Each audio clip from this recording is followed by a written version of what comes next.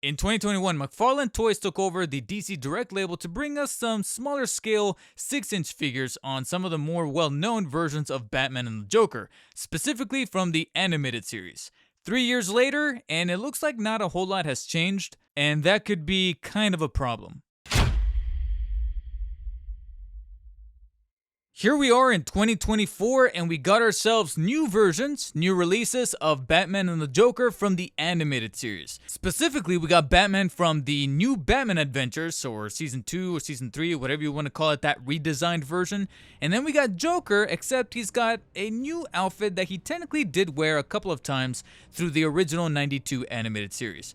And the reason for why I wanted to choose these two specific and very pivotal versions of the characters, I mean, it doesn't get any more quintessential than Batman and the Joker, the late but great and amazing Kevin Conroy, the legendary Kevin Conroy, and also likewise legendary Mark Hamill, that played these versions of the character that I grew up with. But I also wanted to use them to kind of exemplify how things have managed to change in just a matter of 3 years, specifically when it comes to value, because technically speaking, the price point has more or less stayed about the same at about $30 when these guys were initially released as these kind of like standalone packaged versions that were just straight up called DC Direct, and very seldom would you see the McFarlane Toys label on them. I think the most that you would see is McFarlane Toys kind of etched out on the copyright on the back of the box. Since then, McFarlane Toys has now kind of showcased themselves a little bit more when it comes to these releases, and they've kind of done some very unique things to kind of supplement that value, but how much of it is really giving value to the collector here after all these years later? Because we have to remember that inflation did in fact happen, and even though the $30 price point has stayed the same, how much of that value has really been retained? We're gonna start off with the Dark Knight himself, Batman, and as you can see right here, this is the new Batman Adventures version where he's predominantly gray, black, with a little bit of this kind of mustardy, brownish kind of color to his utility belt, and a slight bit of a tan on his mouth plate. And I gotta be honest, kind of a hot take here, but even as a kid, I never really liked this design of Batman. Maybe for like the comics, but I guess I grew up with that iconic version where he's got a little bit of that blue outline to the Bruce Timm style from the 92 series with the yellow symbol and the very saturated mustard yellow utility belt and the much more circular look to the ears, etc. And he's got a little bit less of a triangular design than he did here in the New Adventures version.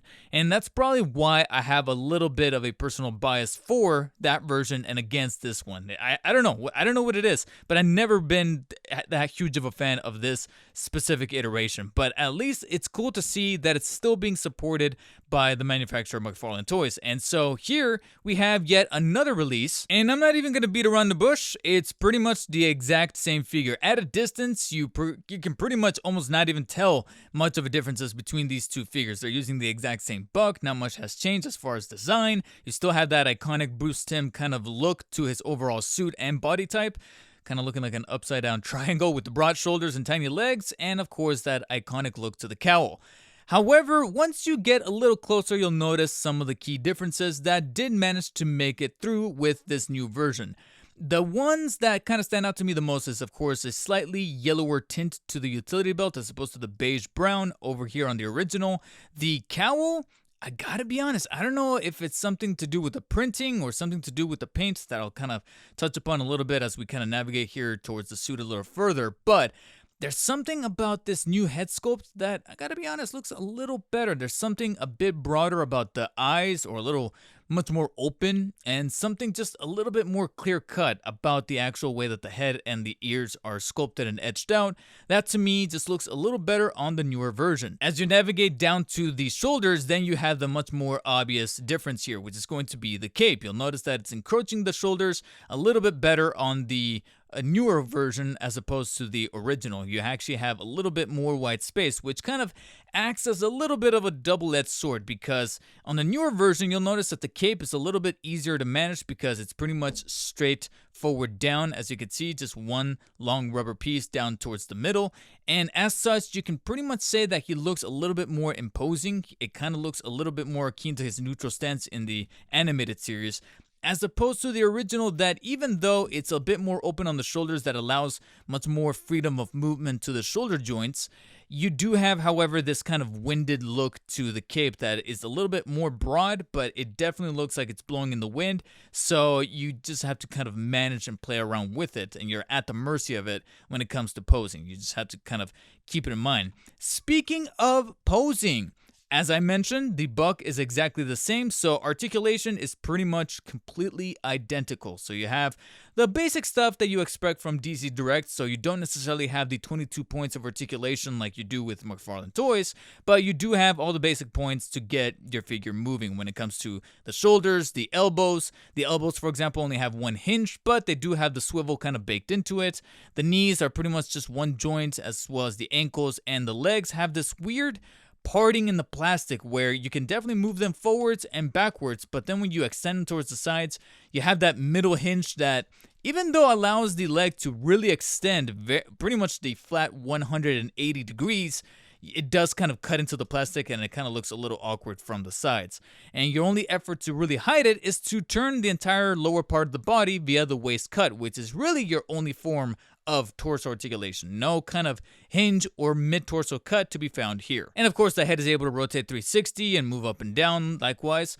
The shoulders, however, is really what gets sacrificed with the new one because, like I mentioned before, the cape is now encroaching the entirety of the shoulders, so moving the arms in almost any kind of direction on this guy is a bit more cumbersome. So that's a major sacrifice, and that could be a make or break for certain collectors out there, especially if you want to kind of pose him like he's grappling up or doing something like that.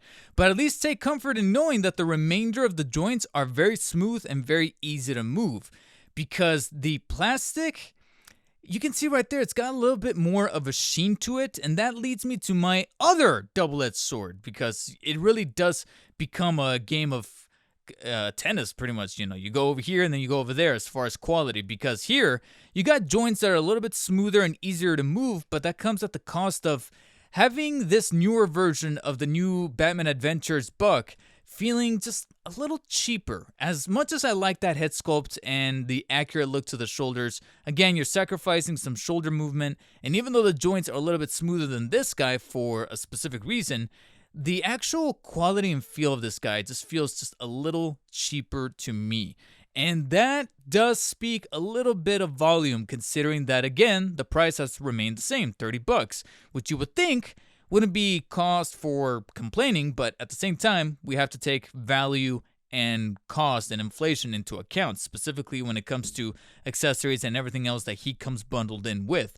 Because the original, despite having the cape and things like that and the much lesser fond of head sculpt, the joints are a little bit stilted in a way where, even though the points are exactly the same as this guy, they are a little rougher to get them moving because they added like an extra coat of matted paint or sheen. I don't know what to exactly call this, but it's gotten much more of a matted feel. And I think the reason why is because, technically speaking, this guy is meant to look like he's cel-shaded. If you look on the sides right here, you'll notice that he's got this cel-shaded kind of motif painted across the inside part of his legs and then on the outside of his torso to make it look like shadows are being cast upon him. And even more of that could be found on the cape around the shoulder area that is a bit more free and allowing the shoulders to move. You'll notice that you have this little gray outline to the cape, and that's designed to make it look like he's being lit up like he does in the animated show, which is kind of cool, and again kind of adds this premium quality feel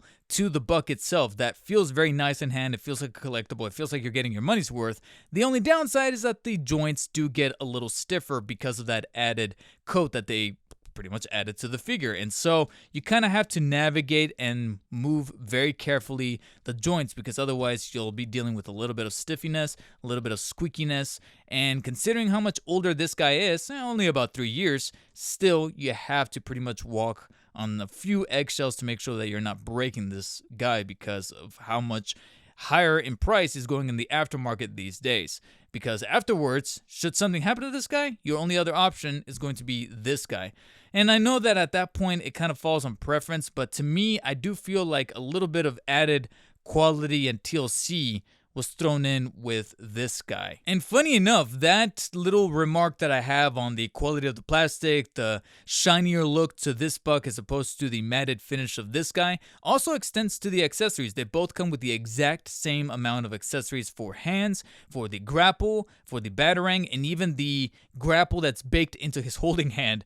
They're pretty much the exact same pieces. They can swap out the exact same way. The only difference though is of course that shinier look to the newer one versus the matted to the hands of the original. However, McFarlane did in fact sweeten the deal a little better 3 years later, because they did toss in this display stand that has the new Batman Adventures logo etched on the base, and even has a very unique kind of arm to stand him up. It's almost like it's designed similar to that of like the ACH Figure Arts, where you're actually able to grip onto the waist of the figure, because he knew that these guys right here, because of the Bruce Timm style with the thinner legs, they're going to be very difficult to stand. So it's cool to see that McFarlane actually took that into account and threw in this base that doesn't just have the peg. It actually comes with the whole waist holder that's even spring-loaded and the arm to hold it up. It's pretty thoughtful. I really do admire the consideration here. And on top of that, they even tossed in, instead of a trading card, this cell from the animated series with Batman flying in there to save the day, the new Batman Adventures at the bottom,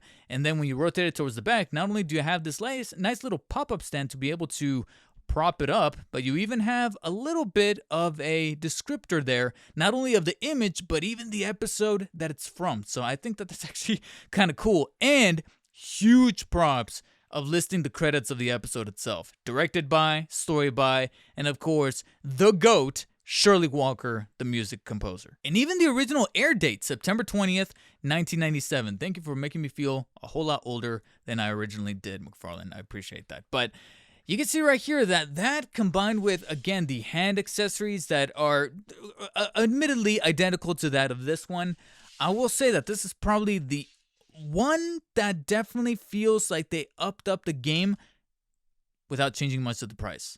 Maybe the stand could have been a little better on the cell reproduction, but still, for the added base and that little goodie, considering that this is all that you really get, it does fall in preference. But I will say that the value didn't get damaged all too much 3 years later with Batman, so they do get a pass here. Not 100% sure if I can say the same thing about the Joker here, because we have very much some major asterisks to tackle with him. Here we have the original DC Direct from like 2021 or 2022, I believe. I want to say it's 22 specifically. And then we got the newer version that just got released literally, I want to say a few weeks ago, that is part of a Build-A-Figure series. And you could almost toss it up to that Build-A-Figure series as to why it is that this guy remained at the $30 price point like this guy did, except I guess it really depends on who you're asking, but my judgment would say that he's not really all that worth it, because when it came to the original, you have the Joker in his quintessential Joker suit from the 92 animated series. Here we have his version of the suit, but with the trench coat and the hat, almost looking like he did in The Killing Joke, or at least you could almost toss it up as a homage to The Killing Joke. Not everyone's really gonna vibe for this outfit. And in figure form, you can see that he's kind of somewhat the same figure and somewhat not. To me, it looks like the bottom part of the buck is pretty much identical with the pants, the articulation behind the legs as far as the cuts for the knees, the ankle joints that can only rotate 360 in place, of course, the weird top leg joints that have this kind of bend that allows it to move forwards and backwards very thusly, but then you have the hinge that, sure, extends, but it looks incredibly jilted and robotic. You can see that right there. It just looks very awkward and weird. And then, of course, the mid-torso cut right there on the waist that only allows rotation 360. And the same could be pretty much identically found here on the newer version with the trench coat. It's once we get to the coat itself that things start to change up. You have the iconic purple coat on this guy with the broad shoulders, but then we have the elongated rubberized gray trench coat on the newer one. And then you'll notice that you have a few more muted colors sporting on the newer one, especially when it comes to that orange shirt underneath. And then, much like with Batman, you're going to be dealing with that matted finish on the original versus the much more glossier and slightly more cheap feeling version of the plastic and the rubber on the newer one. I don't know if maybe that's faulty printing or maybe it's cutting down on costs for the filament that they use. I don't know, but there's just something kind of cheaply feeling about this new Joker. Even though I personally, very subjective here, like the facial expression on this head sculpt that is sporting the hat a little better. I don't know what it is, but when I think of animated Hamill's Joker, this is the face, this is the smile that I always think about. The triangular eyes, the very wide grin with the yellow teeth. That's what I see.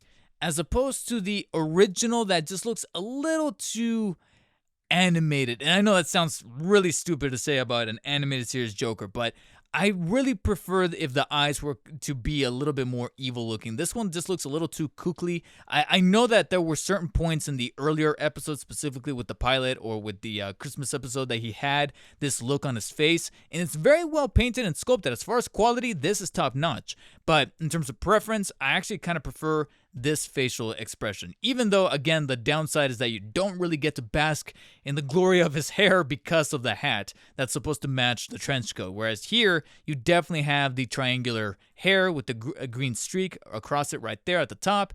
And overall, like I said, similar to what I just mentioned about Batman, you have this matted finish to the overall plastic, the rubber that just feels much better quality, and frankly, the articulation doesn't feel all that hampered by said added matted coat, so you don't really feel like it's being hampered down even 3 years later.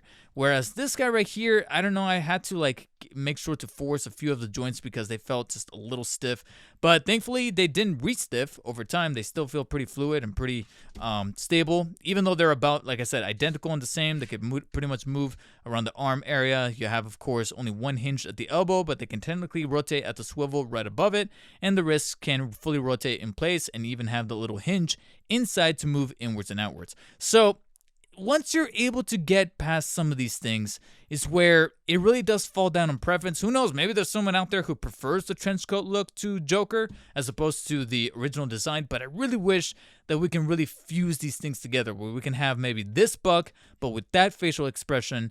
And again, going back to what I was kind of commenting on cel shaded looks to these animated figures, maybe, I don't know if it's the matted thing, but they both sport the cel-shaded look, but for some reason, it looks better on the original, and maybe it's because of the matted finish. Because when they try to make it work here on the glossier one, you can see you have a little bit of that happening on this side of the trench coat, right about right there, and then most definitely on the inside part of his pants. But I remember seeing something like this on not just him, but even the Robin from the original Build-A-Figure that got released a little earlier this year. And whenever they try to do cel-shaded look, but the plastic looks glossy like this guy, I'm sorry, it literally looks like he pissed himself. I remember, I think the biggest criminal of this would have to be Robin, the Robin from the Condiment King Build-A-Figure wave. He legit looks like he pissed himself. He couldn't hold it anymore in the box, and he had to let it go. This guy is at least able to cover it up with his trench coat, so you at least have that. Or maybe the fact that he's wearing his trench coat makes it look like maybe he was out in the rain or something. But yeah, when it comes to this look, I understand what the intention was really meant to be, but it just didn't pan out 100%. And unlike Batman, I don't think that the included accessories make it all that much worth it to double dip for the newer version, because both come with hand accessories, and technically the newer version of Joker does come with additional hand accessories, like these extended hands that kind of look like they're supposed to have something at the end of it. They have like these etched out pieces. I don't know if they're supposed to hold something. I'm sorry, I'm completely out of the loop, but for some reason these extended flat hands, are they supposed to be like fake or something? I don't know. I really don't get it. But apart from that, you have these pointing hands, these extended hands to make it look like he's gesturing, and then some holding hands. But here's the thing, he doesn't come with anything else. I'm not even kidding. He doesn't come with anything, just the extended hands, and then of course the Build-A-Figure pieces for the bath that he's a part of, which is meant to build up Lockup, a character I frankly don't give a about. I really don't. And so because I don't have the incentive to want to collect the remaining figures from that wave, save for Jim Gordon, only because I've always wanted a Jim Gordon figure, I don't really feel the need to have that Batman with the red eyes and the mask or whatever it is the hell that he's sporting, and I don't feel the need for Riddler. I'm sorry, I've never really been a huge fan of Riddler like that, specifically the animated series one, because I just thought that he was just kind of there. So I just thought I wanted Joker and Jim Gordon from that wave. Cool, that's only half of the Build-A-Figure. So that those Build-A-Figure pieces don't really mean much to me. Not to sound like Queen there, but they really don't. So what else is tossed in with this guy? Well, you got his trading card. That is really about it. So you have hands that you're able to swap out, but besides some of these funny gesturing hands, you have some holding hands that can't hold any other accessories that he came with because he didn't come with any. He's got a trading card, but no base. No base to be able to prop him up like you did with Batman. And you have Build-A-Figure pieces for a character I don't care about, that I'm not going to bother myself to build up with. So $30, you can see that I'm struggling to justify that price point. Whereas over here, I believe he also retailed for $30, but you technically have some better quality on the paint, that matted finish, that extra collectible feel to the buck itself. And then technically you have lesser hand accessories here with the swappable hands where you have some of the fists as well as the holding and gesturing hands, the trigger hands. But there's a specific reason for why you have that, is because prior to the infamous WB ban, he actually does come with a pistol that has a little bang sticking right out of it. Quintessential for animated series Joker. This is arguably one of the finer accessories that you can toss in with any Joker figure, and it's really well painted. It's got that matted quality finish, and even the little bang flag at the end of it has a slightly glossy sheen to make it look a little bit better quality. And then on top of that, you have also the famous laughing fish, right about right there. Really well painted, sculpted out, so you can have him hold it and kind of laugh at it or do something with it. And yeah, David, you can argue that maybe you could use some of these accessories on the newer guy, but let's say that you're just a customer who missed out on this guy and you thought to yourself, oh, they're re-releasing the Joker under the DC Direct label. But the asterisks are, he doesn't come with these accessories, he comes with the trench coat look, and he's part of a Build-A-Figure wave, thus inflating the cost to $30. And since then, with inflation and with things that are going on, I'm struggling to find a very legitimate argument as to why you would double dip. I would say that if they really wanted to go with another Joker as part of this Build-A-Figure, they really should have gone with at least the look of this guy. And I know I'm not necessarily the moral arbiter for every single collector out there, but I just feel like, especially for someone who goes out of their way to put down their own money to get some of these figures to cover in a video, I think value proposition and amount of money spent and what you really get in return plays a huge factor in collecting.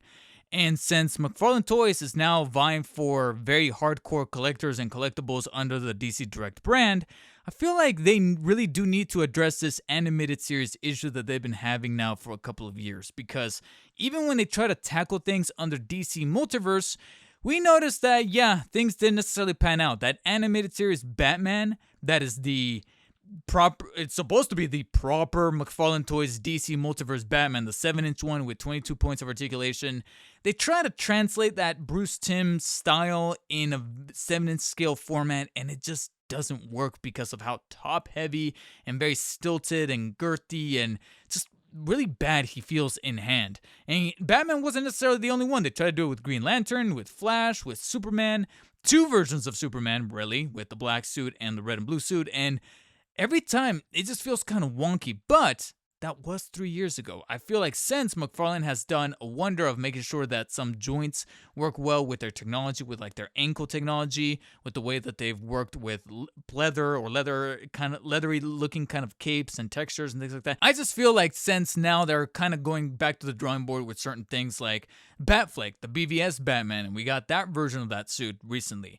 I feel like it's time that maybe they go back to the drawing board with their animated series that's not part of DC Direct, because I feel like lately the DC Direct label has been used to kind of amplify the price point and not really deliver too much on the end return for what we're getting out of the box. The only thing that's able to make it a bit more digestible would have to be this New Adventures of Batman, Batman or New Batman Adventures, whatever you want to call it, because of the collectability of the display stand with the animated cell reproduction, and then of course the added hand accessories that are pretty much identical to the original, so if it ain't broke, don't fix it. But you could argue that nothing was too much broken about the original Joker here, but instead they decided to subtract. So we got, sure, more hands, but what's the use of those hands if he doesn't come with added gadgets, you know, like present, like, you know, one of those Jokerized presents, a Jokerized something. Maybe bring back the fish. Sure, you can't bring back the gun anymore, but do something kind of quirky and creative. And instead, it's just hands. And then the rest of the plastic was allocated to be part of that Build-A-Figure wave. A Build-A-Figure for, again, a character that I don't even remember from the animated show, to be quite honest. He was probably in there for like an episode. I know more about the Condiment King than I did Lockup. All right? I'm being completely truthfully honest there. That's straight up how I heard of Condiment King way before I even did Lockup. So yeah, I feel like something needs to be overhauled about DC Direct, because right now I feel like so much of this wave, so many times I thought to myself, it's not worth it, it's not worth it. I ended up skipping on so many figures, and I feel like I'm not the only one. There's got to be a reason for why you can practically walk into any Target right now and find that animated series Bat Cycle for 50% off clearance.